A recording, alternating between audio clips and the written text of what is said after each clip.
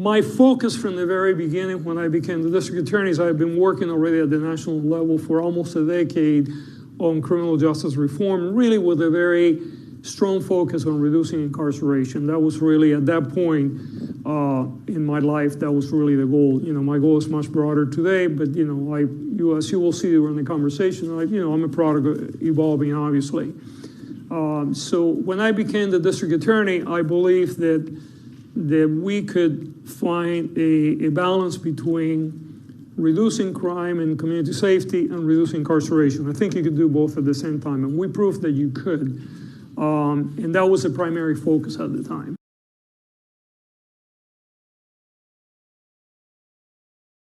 Man terrorizing people in Laguna Beach. Here's some good video of him right here. He's been breaking into homes when people are away. Surveillance video caught one of the incidents, and residents in the area are concerned. Eyewitness News reporter Jessica Denova spoke with one of the victims on this frightening situation. When I went to get my mail, he was on the street in front of my house yelling and screaming profanities at me and at people that were walking by. That was in March 2023. Neighbors in this Laguna Beach community in the outskirts of the village say that's when they first saw Daniel Moretti. Since then, dozens of encounters with the 49-year-old.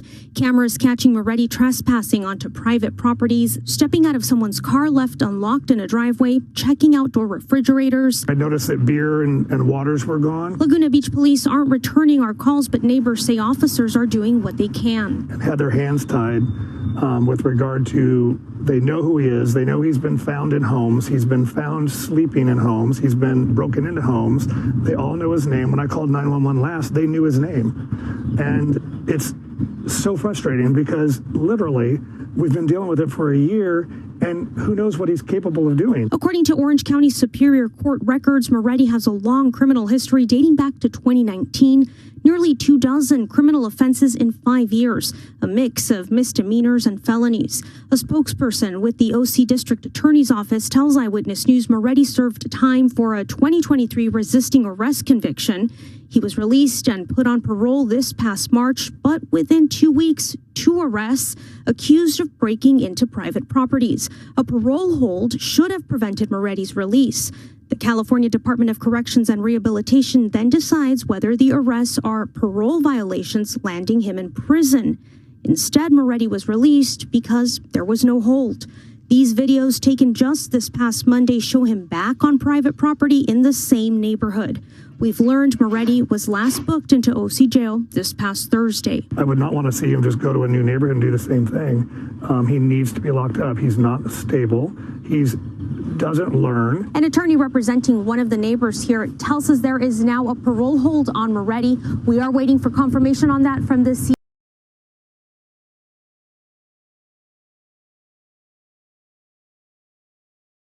Residents in a Westchester neighborhood are frustrated after a spike in burglaries. In some of those cases, the thieves were caught on security video, though. John Fanillo is live in Westchester tonight. He's got the latest on that. John? Corrine, Rick, good evening to you. Many residents here say break-ins are happening almost daily and with increasing brutality. Now, a lot of the folks we spoke with did not want to speak on camera out of fear of retaliation. But those that did say something has to change.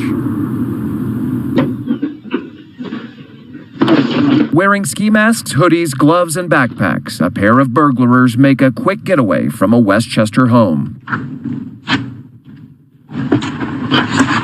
At another house, a crook goes right for the security camera and pulls it down. The burglaries have turned really scary. Deborah Houston has been sounding the alarm for months about what she says is a spike in break-ins and increasingly violent confrontations with intruders.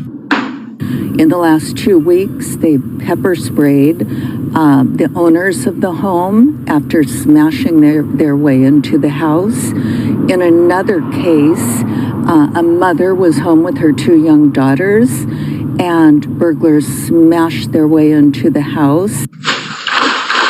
In the third incident, a man, and maybe his family were home, I don't know, he was home. The burglars entered and he fired off shots with his weapon and scared the burglars away.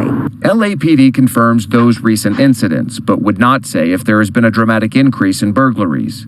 Last January, police held a community meeting after 75 home break-ins were reported in the neighborhood from October to December. Late last week, Interim Police Chief Dominic Choi reported residential burglaries are up citywide 4.5% from last year. But a growing number of residents insist it's much worse in Westchester. They're becoming more and more brazen. It's happening daily. It's almost like daily. Sometimes twice a day. People here are taking up gun lessons and learning to fire and buying guns. The police told me that even if they were to catch the burglars, they would be released the same night. Timmy Shar says his grandmother and his next-door neighbor were both recently burglarized. He echoes other residents' concerns that the system needs to change. As somebody that voted for politicians that have passed these laws, is extremely concerning and something that we as an entire community have to change going forward.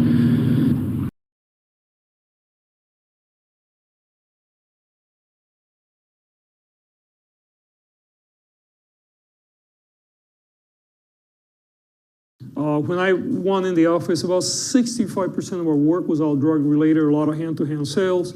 We basically dropped out to the mid-20s and we said we're going to concentrate on violent crime. This is the area that we're going to really, and frankly, there were political reasons for that also, because I could not just simply say we're going to turn the substation upside down the first few days that I'm in office. You know, you had to progressively, a lot of things that are acceptable today in 2011 would have gotten me, there would have been a recall 2 years after I was in office, and I didn't want to get recalled because that doesn't get the work done.